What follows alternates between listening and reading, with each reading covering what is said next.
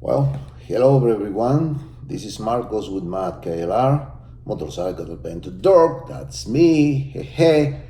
I'm going to be talking today about sag, suspension sag, how important it is, and how to be adjusted by yourself. No helps needed. Just with it, whatever you can find in your garage or in your house, you can make it work. So if you want to know how to do it yourself the right way, just stay tuned. Brum brum, hey hey!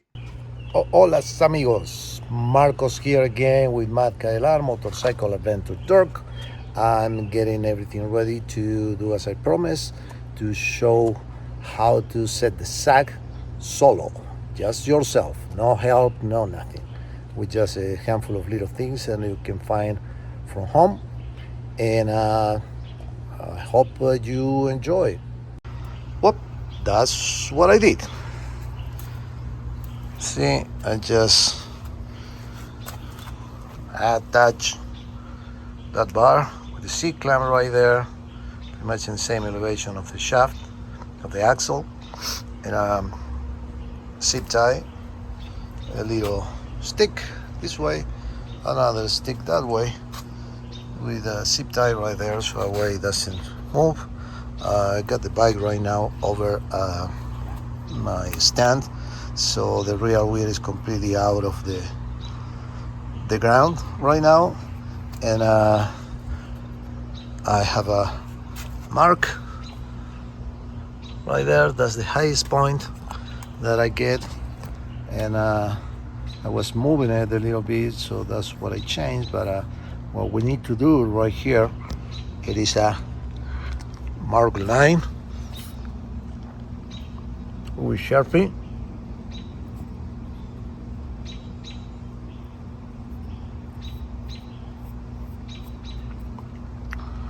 That bottom line right there is going to be my zero.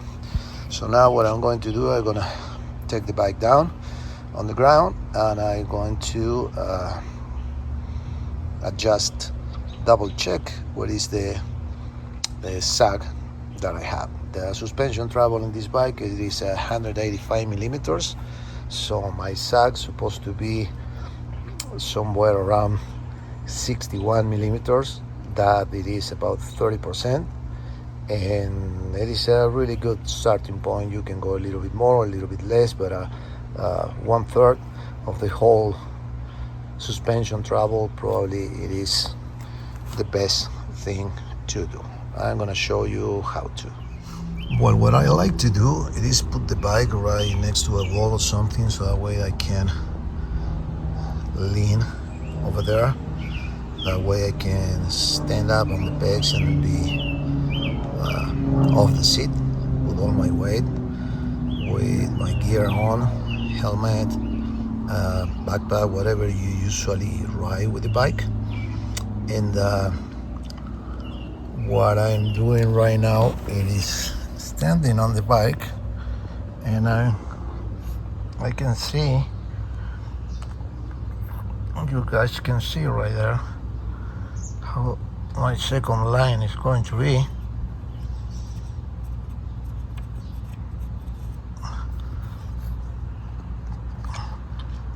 Now I'm getting off the bike.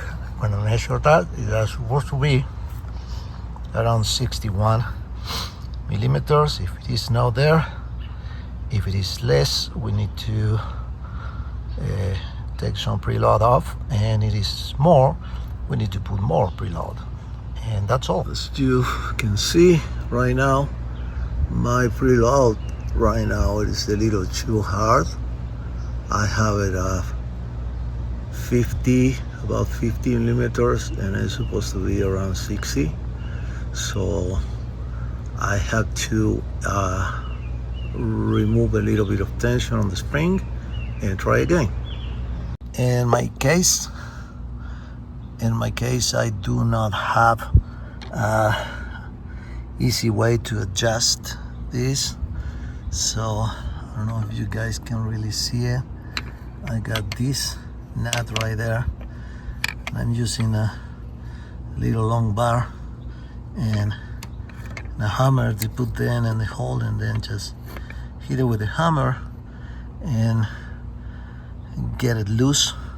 Depends of the model of the bike or whatever bike it is or what kind of suspensions you have. You might have a knob to do it or a bolt, or probably you have to do it this way. So I already get it loose a little bit. Now I'm going to give another try to see if I'm around my 61.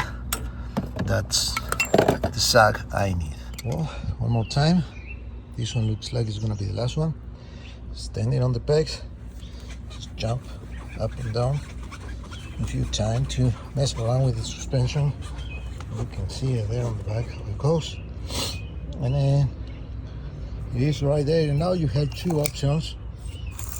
If you can reach, you can just use the measuring tape right there. Yeah. Or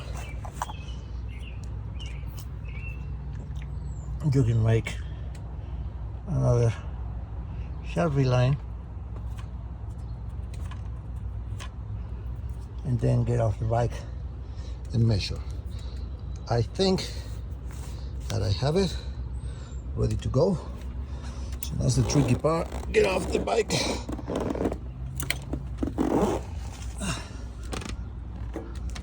When it's standing, I'm gonna bring it back down to make sure it is level and safe.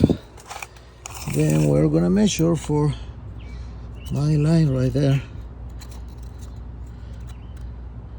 and then about 6.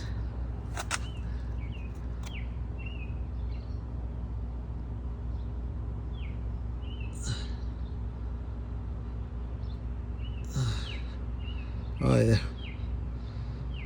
little under 6, no big deal. I'm not wearing all my gear right now because it's hot, so I'll take my jacket off and my helmet off, and so when I put a little extra weight, it's going to be fine.